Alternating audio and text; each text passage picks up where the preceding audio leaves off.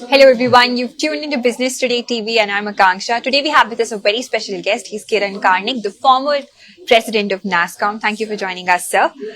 Sir, we're just going to dive into the questions. So one of the most burning topic in the past few weeks has been the whole moonlighting debate in the IT sector. Should employees take secondary employments out of their day jobs? What's your take on this?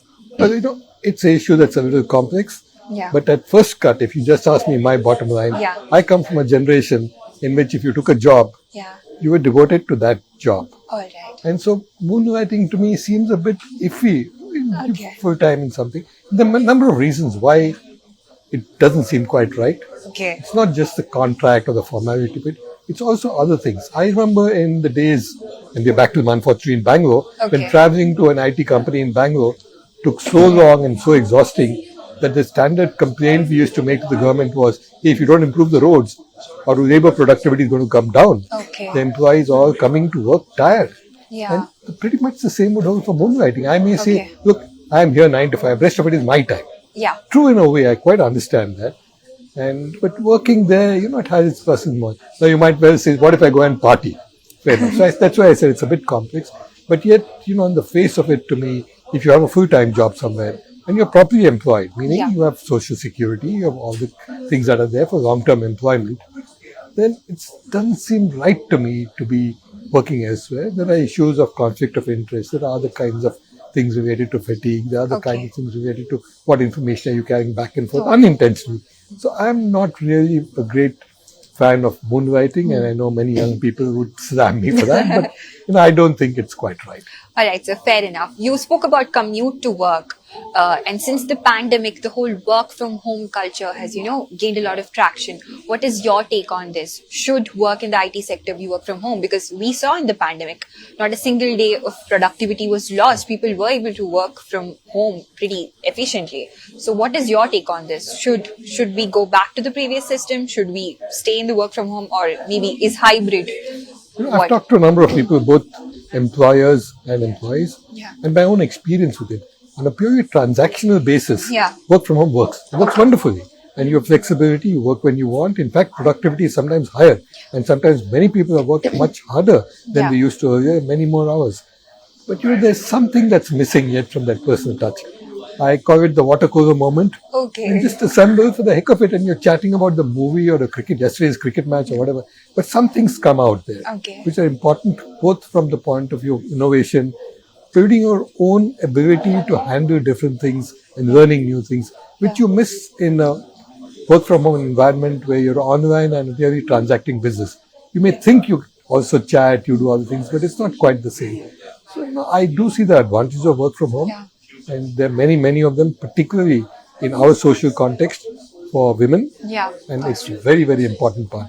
And therefore, I think some form of hybrid working, the kind we seem to be getting to now, makes sense. Where a few days a week, people do come to office, they do get together, they chit-chat, they work hard, they have their moments of fun, they have their water cooler moments, and yet they have the flexibility on other days of working from home at their time and their convenience.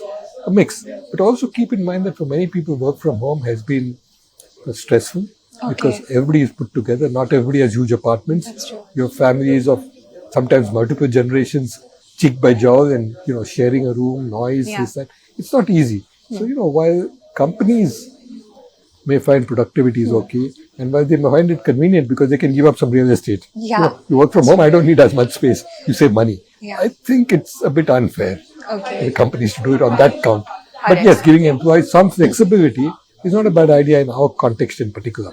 All right, sir. So talking about the IT sector employees, there have been many complaints that there's no parity in the salaries given. So employees who were freshers back in 2008-9, they were getting the same 3.54 lakh rupees. That is also the salary of freshers, lower level freshers starting out right now. But whereas you see CEOs, CFOs, they get a lot of money. So do you think do you also agree with what the employees think, that there is there is a misconnect and the lower level employees or the lower band of employees are not being paid enough? Well, the inequity in our society across the board Yeah. is terrible and it's frightening. Yeah. But end of the day, we have to understand that talent Yeah. is fungible. It moves across the world. That's If right. for the top level talent, not just CEOs, for any kind of specialized top level talent, the market today is global. And if you don't not just pay them well enough, Yeah. but look after them, I would say, in all senses, well enough, they will go elsewhere, That's true. elsewhere in the world. Yeah. And who's the loser? The company certainly, but the country too. Yeah. So I think there is an argument to be made for looking after people well. But looking after people well includes all your people, not Yeah. just the top ones. That's true. You got to pay your startup employees also fairly. Now, what is fair is arguable in our Yeah. context. We are a very poor country. Yeah. Somebody who earns, 20,000-30,000 a month is not too badly off Okay. by absolute standards. In Alright. relative standards compared to what his or her CEO is getting, Yeah. it's a horror, true. Yeah. So I see that problem. And therefore, companies that do well, and particularly you're right, you refer to the IT industry, these Yeah. companies, are very profitable, they make good money. And I think many companies, well, at least some, set the pattern by giving ESOPs down the line. Yeah. I know companies that gave ESOPs to their car drivers. Okay. And I used to be a joke in one of my old organizations saying, hey, guys in the IT industry, it has a job as a driver in X company because they had ESOPs, which are great. Okay. I think, that may be an extreme. But one way is to certainly try and spread the benefits and wealth that the company creates to many more people and allow them to participate in it in a much bigger way. But differentials in salaries Yeah. between companies and within companies will always exist. All right. Now, what's a fair differential is arguable, but certainly it shouldn't be something horrendous. I quite agree. Okay, sir. Talking about the fungibility of talent, you spoke about it. The recent attrition rate has been rising in the IT sector. Talk about Wipro, their attrition rate rose, doubled. Their attrition rate doubled in the past 4 quarters. Even TCS, Infosys, all these companies saw a steep rise in their attrition rate. So what do you think? Like you said, maybe it's because of the pay, not the benefits. I mean, employees are not feeling like they are getting all the benefits. So what do you think might be the other reasons why employees are actually changing jobs so frequently? Well, attrition, I don't think, is due to what people are paid alone. All right. It's a function of demand and supply. Okay. And the demand at the moment for certain skills, in particular in the IT space, Yeah. tech space in general, Yeah. is very high. Okay. Both in India, not just globally, even in India. And therefore, there is a temptation of getting, paid 15-20% more. Plus, there is the thing of many people who want to, particularly after COVID, Yeah. want to go back to whatever hometown is. Okay. And so, if I'm working in Bangalore Yeah. and, I'm from northern parts of the country, if there's Yeah. a good job going in NCR or in Chandigarh, I might well go. Earlier, I might have hesitated.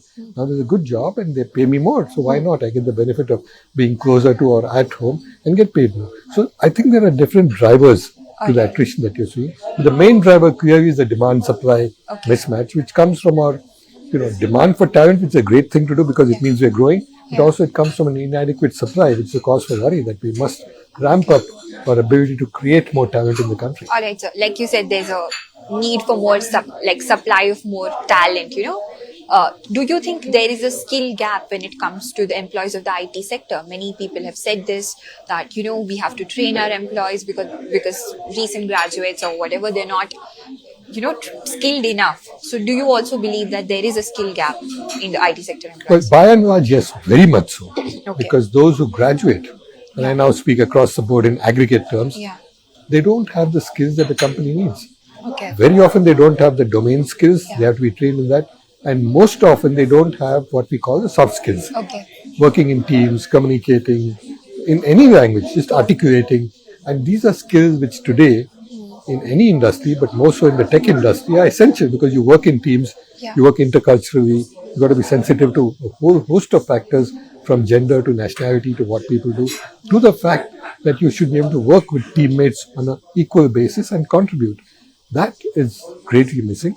And in many, many cases, the domain skills are not adequate because our curricula in so many of the colleges and universities Yeah. is, 4, 5, 6 years old. And in today's changing world, 5 years old is ancient. You're one generation gone. Yeah. So, I think this is a point of concern. Now, this is, as I said, an aggregate, Yeah. broad brushstroke. There are institutions that are kept up with it, that are moving with the times. But for that, you need a strong industry-academia connect. And, all of us have spoken about this for years and years and years. And it's happening, Yeah. but happening far too slowly. Most of academia is yet unconnected with industry. They don't know what industry's needs are today, and they certainly don't know what industry's needs are going to be tomorrow. Yeah. So if I'm producing graduates, then yes, the critical thing is foundation. I can't gear them. I'm not a skill training thing to train somebody for today's job. But longer term, but I must know what are the changing things that are coming up. Okay. So I can't begin to continue to teach people at, the technician. I can't continue to train them only on internal combustion engines when the world is moving towards EV. That's If true. you're looking at electric vehicles, they're very different. Yeah. So this is just an example from technician training Yeah. where you're teaching yesterday's technology and Yeah. not tomorrow's. I think these kinds of changes require very close interconnection between industry and academia. And we've got to build a lot more than what we've done so far in that area. All right, so stressing on that point, you're also the chairman of the director of the boards of a college. Do you think that the industry and the stakeholders need to have a more share while drafting the syllabus or drafting the course in colleges? Certainly, as I said, it's a must to have more industry input. But Yeah. let's understand, and I repeat this, that universities are not the same as ITIs. They are not Okay. skill training. They are training foundation. So you want to create a graduate Yeah. who is future proof, Yeah. who can survive the changing world. So you're teaching them more learning how to learn. Yeah. But the foundational skills are basic. Yeah. And those are not coming from industry's needs today or foreseeable skills even for tomorrow. They're coming from day after. But industry inputs are vital because you need to understand where industry is evolving to. And many of our academicians are just cut off from understanding where industry is heading and what they need to do. So I think that interconnect as an input Yeah. is essential. But I'm not in favor of universities and colleges being driven completely by what industry says they want, because Okay. they want to fulfill today's need, maybe tomorrow's. Even that I don't. They want today's need. Yeah. I'm employing somebody next year. I want that person to be ready to walk into a job. Okay. That's not enough. Yeah, that's Because true. you've got to build a long-term foundation for doing innovation, doing research, understanding new technologies, creating new technologies. And that can come from basic teaching and foundations which need to be deep. But yes, in industry interaction, as I said earlier, is a must. So there's a balance between the two. But to completely cut yourself from industry, which is what many of our academic institutions continue to do, is not a good formula for success at all. All right, so thank you for joining us. It was a very insightful conversation. Thank you for taking out the time. Thank you. If you like the video, do like, comment, share and subscribe.